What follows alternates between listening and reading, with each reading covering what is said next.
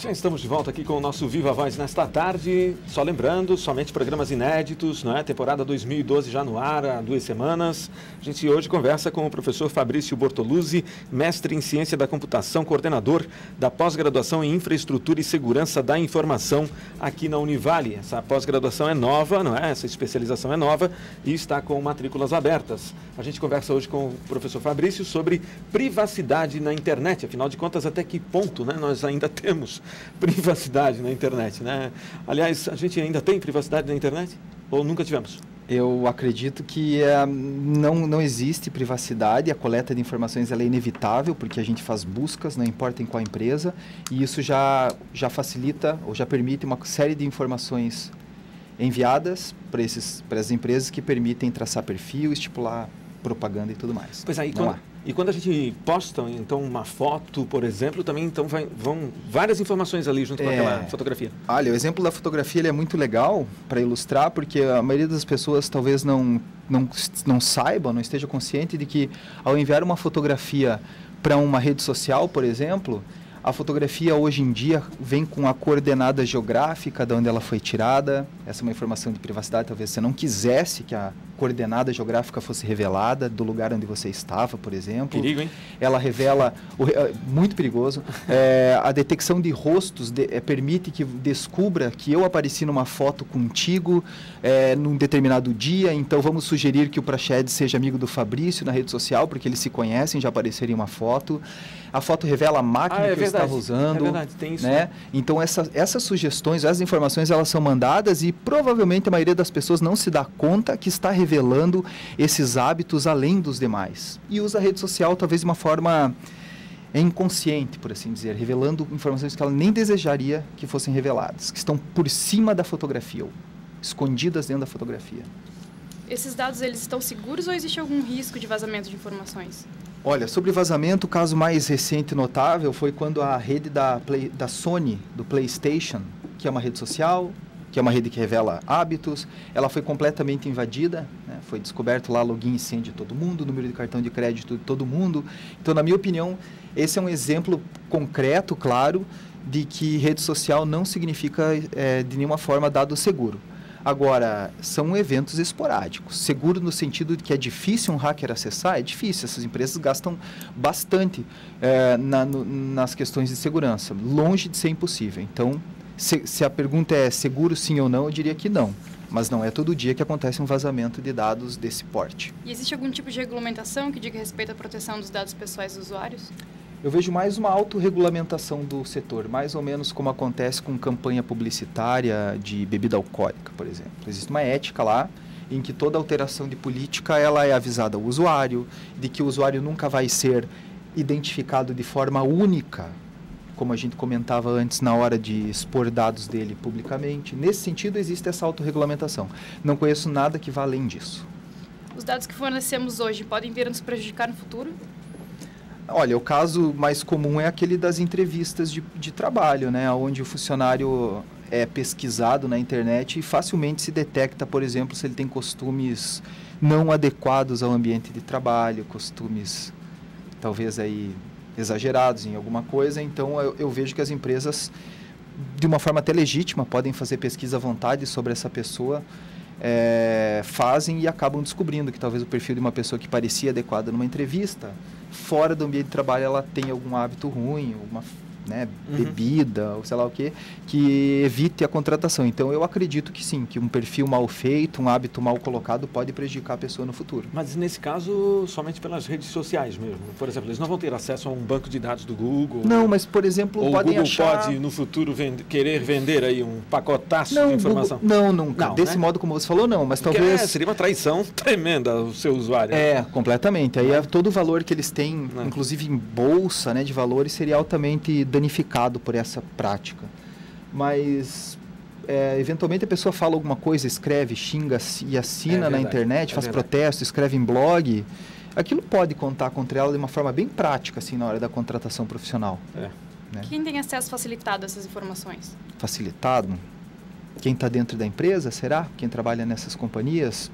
Não dá para garantir que todo mundo que trabalhe em companhia de tecnologia seja perfeitamente ético ao acessar os dados que eles cuidam, que eles guardam. Isso tem a ver com a condição. Se fosse no passado estivéssemos falando guardiões de papel, guardiões de um armário, por exemplo, a segurança estaria na mão deles. Hoje em dia, a segurança dessas informações está nos profissionais de TI, né? Então, é um apelo muito mais ético do que técnico.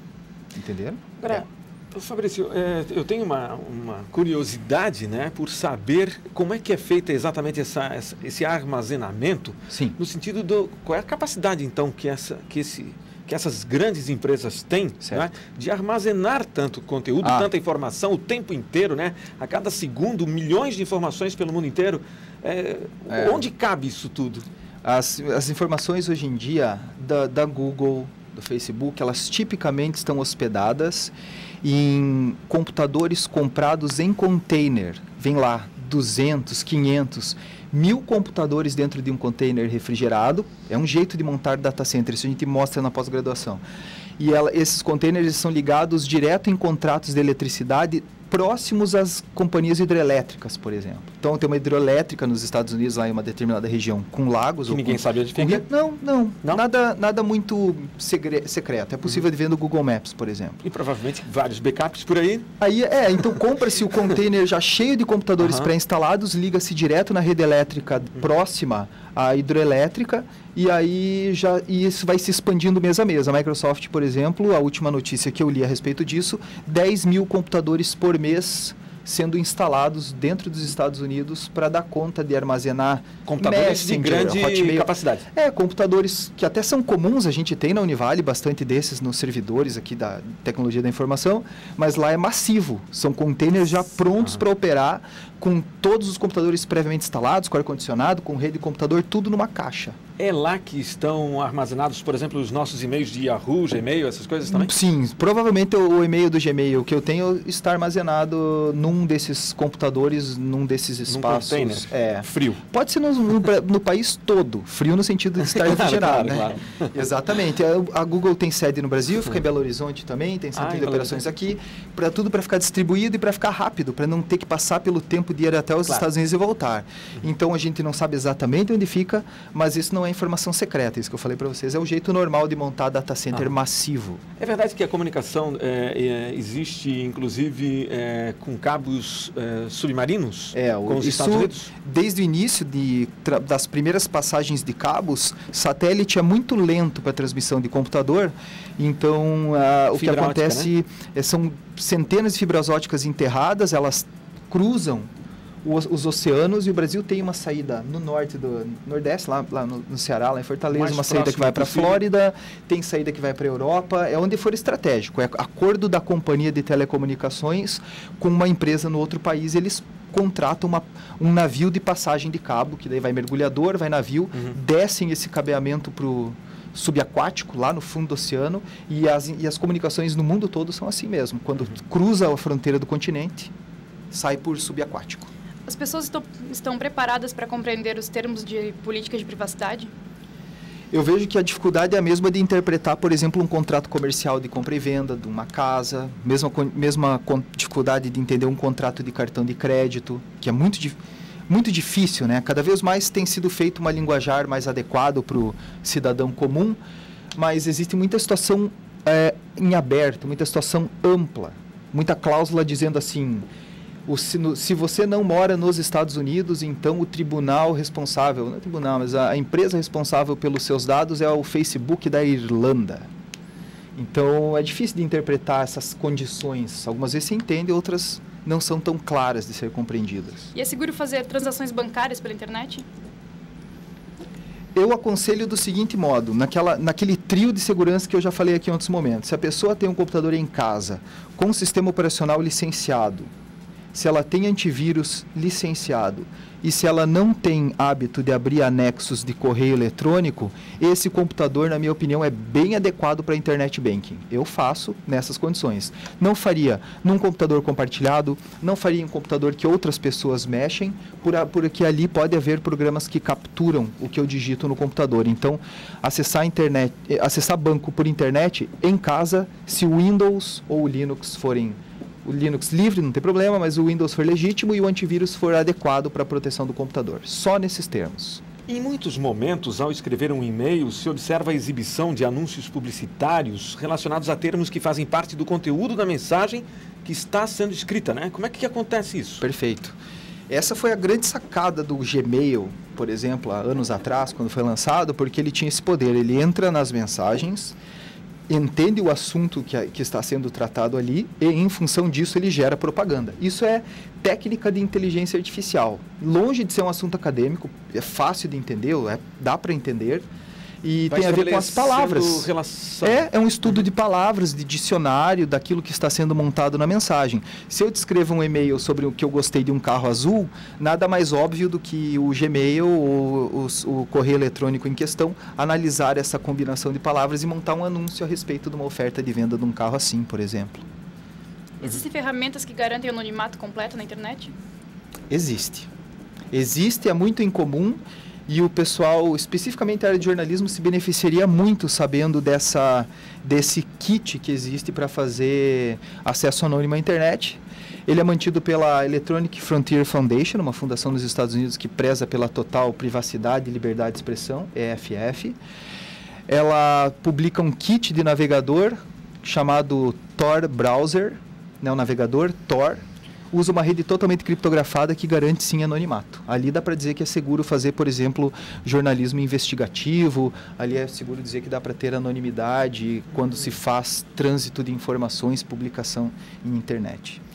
Fabrício, depois de tudo isso que a gente comentou no programa de hoje, né, é correto pensar que essas empresas invadem a privacidade das pessoas se é o próprio usuário que aceita os termos de uso que elas propõem em troca do benefício de usufruir determinado serviço? Eu diria que é uma combinação de falta de interesse do usuário em compreender o que é ter a sua privacidade aberta, ou saber que uma empresa coleta mais informações do que ele gostaria, então uma falta de interesse da pessoa. Também não é de interesse da empresa ir muito a fundo na questão de dizer para o usuário, olha, eu estou te monitorando, estou coletando informações a teu respeito, então é uma coisa mútua. Tem a ver com essa época de que as pessoas estão começando a usar a internet e acho que estamos longe de criticar isso, de colocar assim a privacidade em primeiro lugar, acima das questões de facilidade de comunicação que uma rede social, por exemplo, viabiliza. Tá certo. Muito obrigado pela sua participação aqui no nosso programa mais uma vez. Obrigado, Praxedes. Obrigado, Elisa. Fico à disposição no Laboratório de Redes e no curso de pós-graduação em Infraestrutura e Segurança de Informações. Obrigado. Muito obrigado mais uma vez. A gente conversou hoje com o professor Fabrício Bortoluzzi, mestre em Ciência da Computação, coordenador da pós-graduação em Infraestrutura e Segurança da Informação aqui na Univale. Nosso agradecimento a você que esteve conosco em mais este programa. A gente volta amanhã com mais um Viva Voz aqui pela rádio e pela TV Univale. Uma ótima tarde para você. A gente se encontra amanhã. Viva Voz. Realização, curso de jornalismo do Centro de Ciências Sociais Aplicadas, Comunicação, Turismo e Lazer e Pró-Reitoria de Pesquisa, Pós-Graduação, Extensão e Cultura, Propec da Univale. Produção e técnica, Bruno Osmari, Camila Maurer e Maria Carolina Cândido. Coordenação, Carlos Praxedes. Supervisão, Alberto Russi.